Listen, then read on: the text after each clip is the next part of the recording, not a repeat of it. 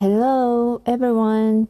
Today I'm sharing the full English version of my recent content, What If the Marines Deployed? I previously uploaded this in Japanese, but I've decided to release a full English version just for you guys.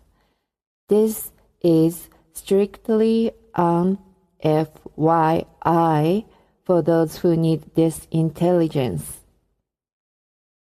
Knowledge is power. And I hope this helps lighten your burden.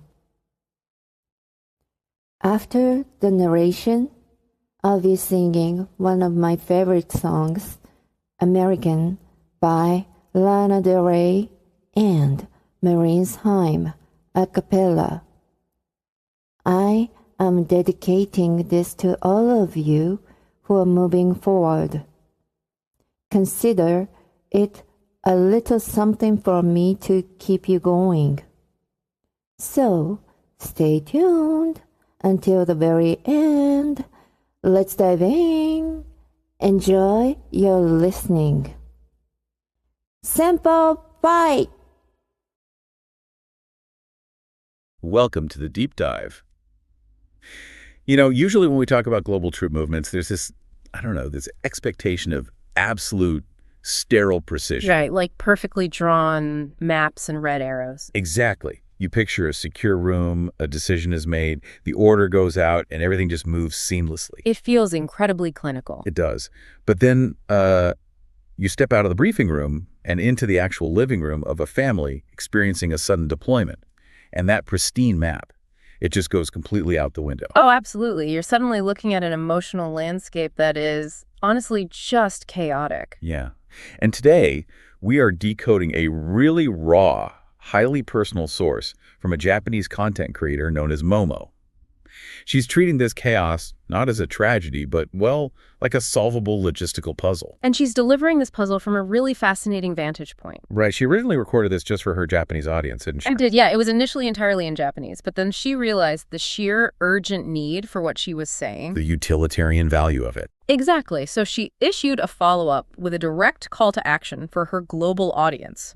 She specifically addressed what she called her brothers in the USMC, the United States Marine Corps. Wow. Okay. That's a very specific pivot. It is. She urged them to use the YouTube CC tool, the translation features, to decode what she calls her 5D message. She knew this intelligence had to reach the English-speaking military community. Which means, for you listening, this isn't just some casual daily vlog. We're talking about roughly 10,000 Marines and their loved ones globally. Yeah, a massive community. For them, this source material is basically functioning as a psychological survival guide. That's the perfect way to describe it. The core thesis we're pulling from Momo today is this concept of knowledge as a shield. It's this idea that ignorance breeds anxiety, but actually understanding the underlying mechanics builds resilience. That is the absolute crux of it. Because when a deployment order comes down and you don't know what's happening behind the curtain... Your mind just goes to the darkest place. Exactly. It fills the void with the worst possible scenarios. You assume the absolute extreme. But when you understand the geopolitical and logistical mechanics like the why and the how, you actively protect your own mental well-being. It ceases to be an unknown monster in the dark. Okay, let's unpack this. We usually look at dry policy papers for geopolitical strategy.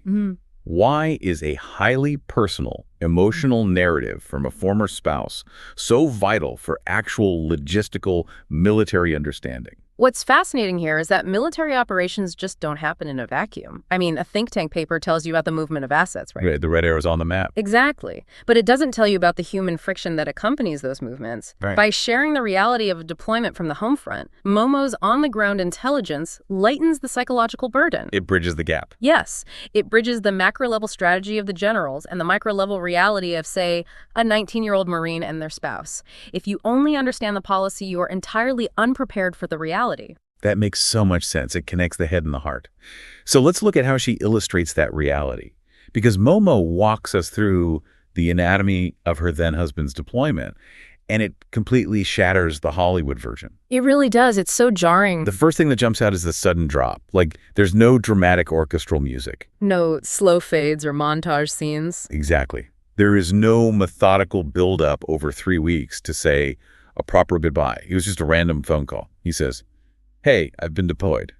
And then he comes home that evening, and what follows is, it's one of the most intense, hyper-compressed nights imaginable. Right. It's this massive administrative and emotional burden just dumped onto a family's lap in a matter of hours. He walks through the door and immediately has to deliver this worst-case briefing. Which sounds terrifying. It is. He sits down and shares his status, like where his important legal documents are, who she needs to contact, the state of his ongoing financial projects. And then the most agonizing part, explicit instructions on what to do if he doesn't return. Yeah. It's so heavy. Here's where it gets really interesting. You think of a deployment as just grabbing a rifle and heading out. But Momo describes it almost like an extreme, hyper-compressed estate planning session combined with a romantic goodbye. It's an administrative and emotional whirlwind. And her reaction to that whirlwind is intense, but entirely normal. She cries until 3 a.m, finally sends him off, and then spends the next few days feeling like an absolute empty shell. Yeah, she describes feeling reckless, just wandering around kind of lost in America, wondering, what do I do now? Which, is a completely natural physiological response to acute stress. Your nervous system simply goes into shock. But wait, let me push back on that for a second. Out of all the resources the military has, and we're talking about a massive global institution here, isn't there supposed to be training for this? You would think so, right? Yeah. Shouldn't families be somewhat inoculated against breaking down into an empty shell? Why are they caught so off guard? Well, there's a massive difference between cognitive knowing and physiological experiencing. Wait, what do you mean by that? You can sit in a brightly lit seminar room and read a pamphlet about deployment readiness. Your brain understands the protocol. Sure, it makes logical sense in a classroom. Right. But when your husband is sitting on the edge of your bed at midnight, looking you in the eye and telling you how to access his life insurance because he might be killed, well, your body bypasses all that training. The sheer terror just overrides the administrative prep. Exactly. The amygdala takes over. The mortal stakes of the situation completely short-circuit the logic. So it really is an extreme estate planning session, but your body is simultaneously sounding a 5-alarm panic response. And that is exactly why Momo's intelligence functions as a shield for you as a listener. Because it normalizes it. Yes. Yeah. If you are a young spouse facing this for the first time, you might experience that overwhelming administrative panic and think something is terribly wrong with you. You might think you're failing. Like I shouldn't be falling apart like this. Exactly. But Momo is telling you that this extreme emotional shock, this night of absolute terror, is a standard part of the protocol. Knowing what that terrible first night looks like doesn't make it pleasant, but it removes the terror of the unknown. Precisely. You aren't crazy for feeling like an empty shell. You're just going through the expected human response. So we have this devastating goodbye. The worst-case scenarios are locked in.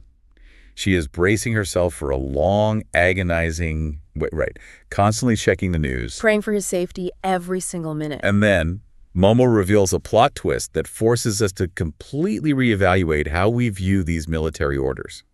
Just 1 week later, she's standing in her kitchen making dinner, and her phone rings. And it's him. It's him, and he casually says, "I'm coming home soon." She must have been totally baffled. Oh, she was. She agrees, hangs up the phone, and just waits. And he walks through the front door wearing his full camis, all his gear. But he's completely clean. Yes. No dirt, no grime. He looks exactly the same as when he left a week prior. He just walks in and announces he's home. And she notes that she felt so confused, but she thought it would be rude to just bluntly ask, "Why are you here?" Right, so she just welcomed him back. Yeah. But the logistical reality behind his sudden return is just a massive piece of geopolitical education. It really is. What he experienced was a Teshu order. That's a withdrawal or evacuation command. Okay, break that down for me. So he had boarded a transport ship, they were in transit, and halfway to their destination, the order was given to turn the ship right back around. The deployment was just canceled mid-route. Exactly. And this wasn't some routine training exercise they just called off early, right? Because Momo explicitly brings up the news headline she was staring at during that week. Yeah, that headline was actually the entire catalyst for her recording this message in the first place. Right. And the headline read, U.S. sends another 2,500 Marines to Iran as option emerges in world. Which is terrifying to read. If your partner just got deployed, you're staring at that headline thinking, my spouse is going to war tomorrow. You assume kinetic warfare like actual physical combat, shooting, bombs dropping, is imminent. It sounds apocalyptic. And just a quick note here, we are strictly reporting on the source material, taking absolutely no political stance on U.S.-Iran relations. Of course, completely impartial. But from a purely analytical standpoint, that headline is vital context. It highlights the massive disconnect between what the public perceives and what the military is actually executing. So what does this all mean? It reminds me of a giant game of 5D chess. A deployment isn't just a random act of war, it's a highly calculated strategic play. If we connect this to the bigger picture, it makes perfect sense. Think of it less like a physical fight and more like a high-stakes poker game. Okay, a poker game, how so? Well, in poker, you don't always shove your chips into the middle of the table because you want to play the hand all the way to the end. Often, you push your chips forward simply to force the other player to react. You're testing their posture. Exactly. And in geopolitics, this is often tied directly to global energy, logistics, and nation building. Wait, pause right there. How does putting troops on a boat impact global energy logistics? Those feel like two entirely different worlds to me. They seem different, but they are deeply connected. Let's say a specific shipping lane is crucial for transporting oil, right? Okay, tracking. And there's a threat that the lane might be disrupted by a foreign power. If the U.S. military loads 2,500 Marines onto an amphibious assault ship and sails it toward that region, they are sending a highly visible, undeniable message. They're physically projecting power. Yes. The adversary sees that movement and has to recalculate. They might realize that disrupting that oil route will now cost them significantly more than they anticipated. So they back down. Precisely. The mere presence of the threat alters the adversary's behavior. Ah. So once the adversary folds or alters their strategy, the objective is achieved. Exactly. The option emerged, the pieces were moved, the leverage was successfully applied to secure those energy logistics, and the ship can simply turn around and go home. No shots fired. No shots fired. The strategic goal was achieved by the movement itself, not by kinetic warfare. Wow, that completely reframes the anxiety of a deployment.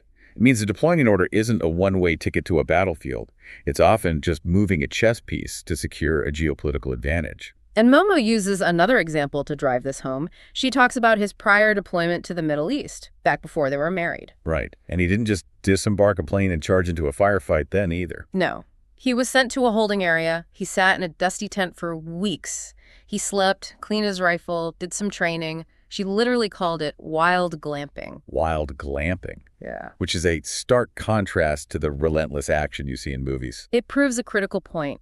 A deployment order is subject to so many logistical steps, strict rules of engagement, and strategic posturing. Sometimes your role in the geopolitical poker game is simply to exist in a dusty tent so the adversary knows you are there. Which goes right back to the core theme, knowledge as a shield. If you know that turning the ship around mid-route is a very real possibility. Or that spending a month just cleaning a rifle in a tent is a common outcome. Then that terrifying headline about 2,500 Marines doesn't carry the same apocalyptic weight. You understand the strategy behind the movement. You have your shield. It shifts your internal narrative, doesn't it? From feeling like a helpless victim of a chaotic world to understanding that you are part of a highly regulated, deliberate global system. That shift alone builds incredible psychological endurance. Okay, so up to this point, we've been very analytical about the logistics of military movements. But we need to pivot because the source material gets deeply vulnerable here. It does. It gets very real. Momo does not sugarcoat her past, and she ensures you get the full, unvarnished picture of what her life actually looked like behind closed doors. Yes, she reveals that her marriage to this Marine was, in her own words, incredibly toxic. She says that before they married, he was wonderful. But once they were married, the dynamic deteriorated rapidly. She felt she was treated like a maid. Yeah, she faced severe verbal abuse. She felt entirely unseen, unsupported, and ultimately the environment became so damaging that she divorced him. And we have to just sit with the cognitive dissonance of that for a moment. It's a lot to hold at once. It really is. I mean, she is experiencing this terrifying deployment, weeping over his potential death, while simultaneously living with a man who degrades her daily. It's a profound double bind. He would treat her horribly, but then during that sudden deployment scare, he'd suddenly offer these deeply emotional, romantic apologies for leaving her. That has to be incredibly confusing. On one hand, You're terrified the man you love is going to die, but on the other hand, you're secretly exhausted and resentful because he's treating you terribly. Yeah. It's wild how two completely conflicting things can be true at the same time. Navigating those conflicting truths is arguably the hardest part of human psychology, but she includes this dark reality for a reason. Right. It serves as the foundation for a massive revelation about the trauma of the front line. She explains the root of his behavior. Long before they met, when he was just 19 or 20 years old, he went on a deployment where he did see kinetic warfare. He had to carry a rifle and fight on the front lines. And he carried the invisible wounds of that experience home with him. She describes how when he was forced into social situations where he had to drink, because he usually avoided alcohol, he would become heavily intoxicating. His defenses would drop. Yeah, and in that drunken state, the memories would just flood back.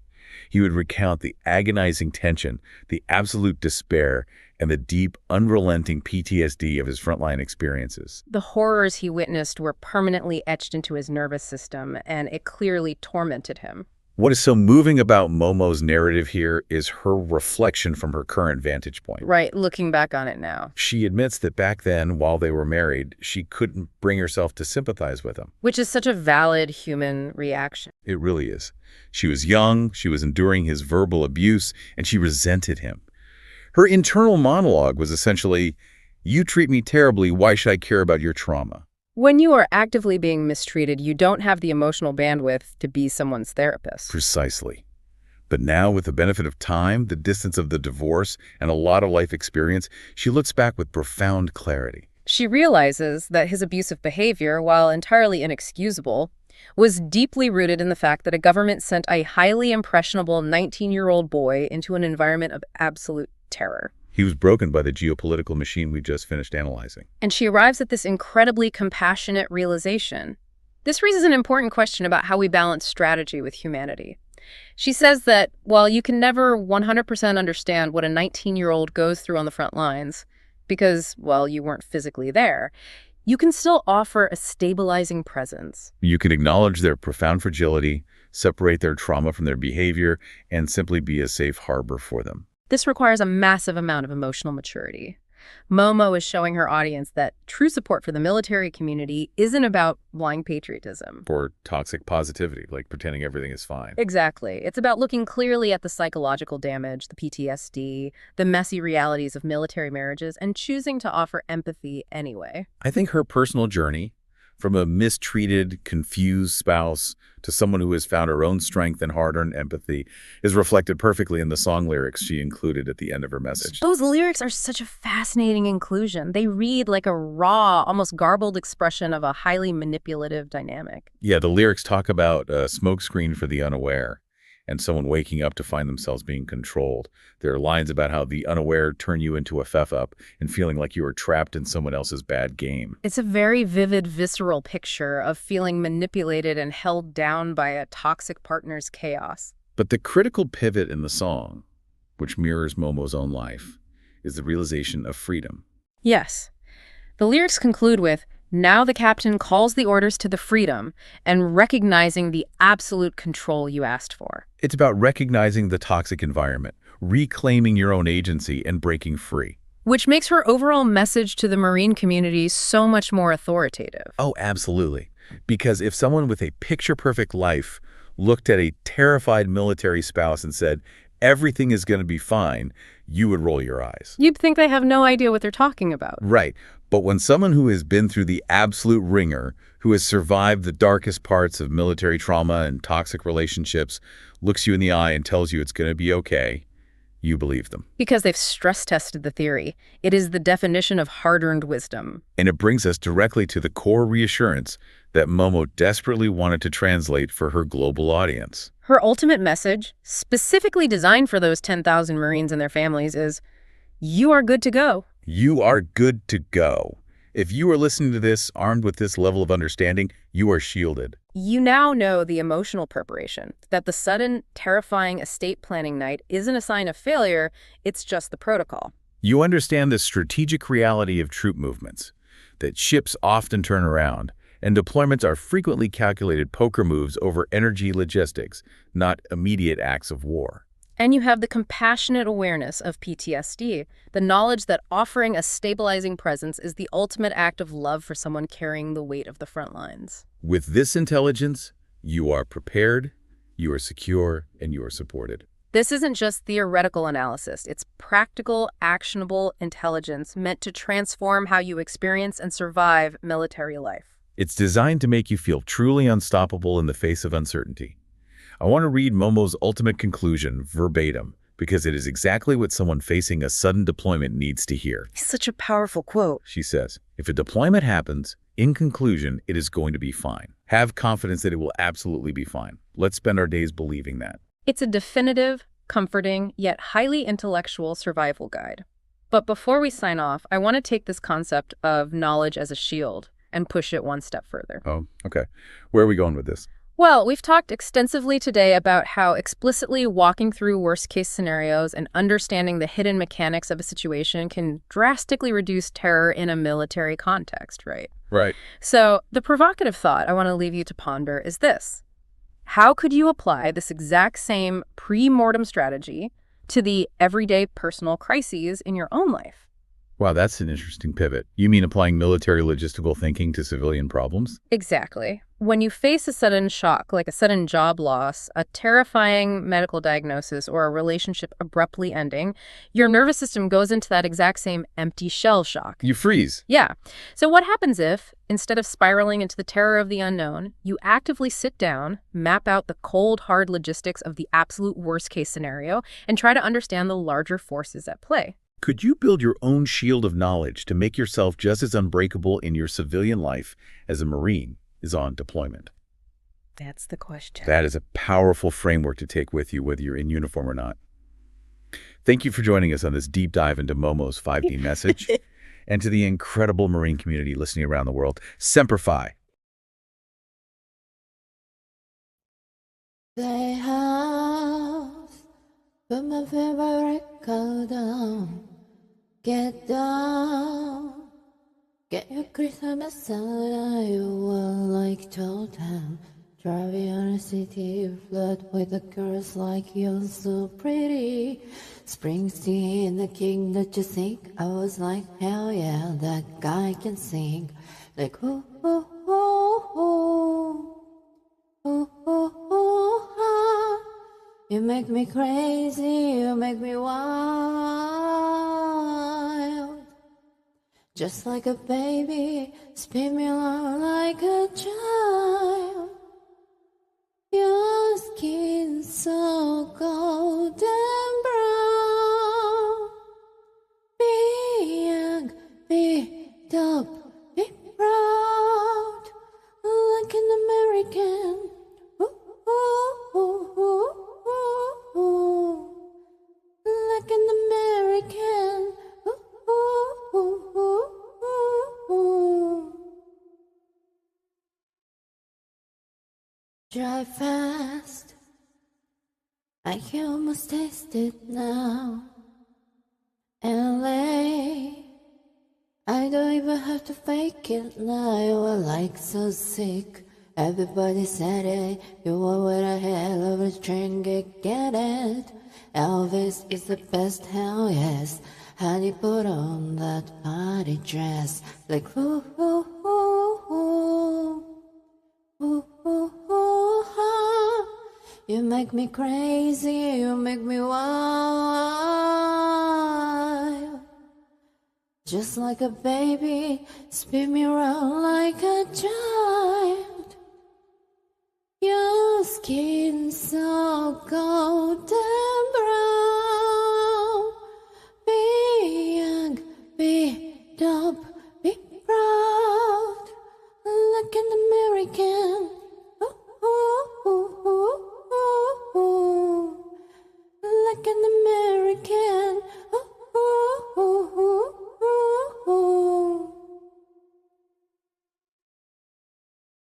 Everybody wants to go fast, but they can't compare. I don't really want the rest. Only you can take me there. I don't even know what I'm saying, but I'm praying for you.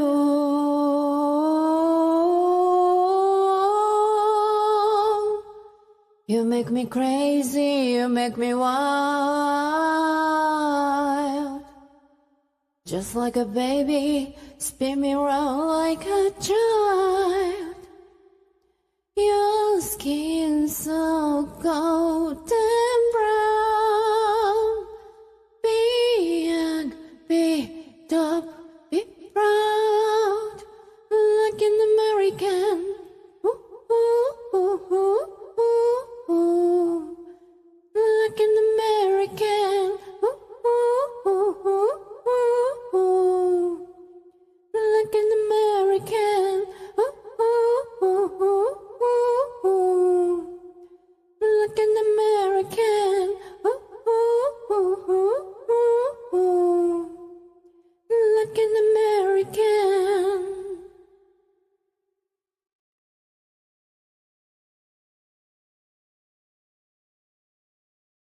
From the halls of Montezuma to the shores of Tripoli, we fight our country's battles in the air, land, and sea. First to fight for right and freedom, and to keep our honor clean. We are proud to claim the title of United States Marine, of United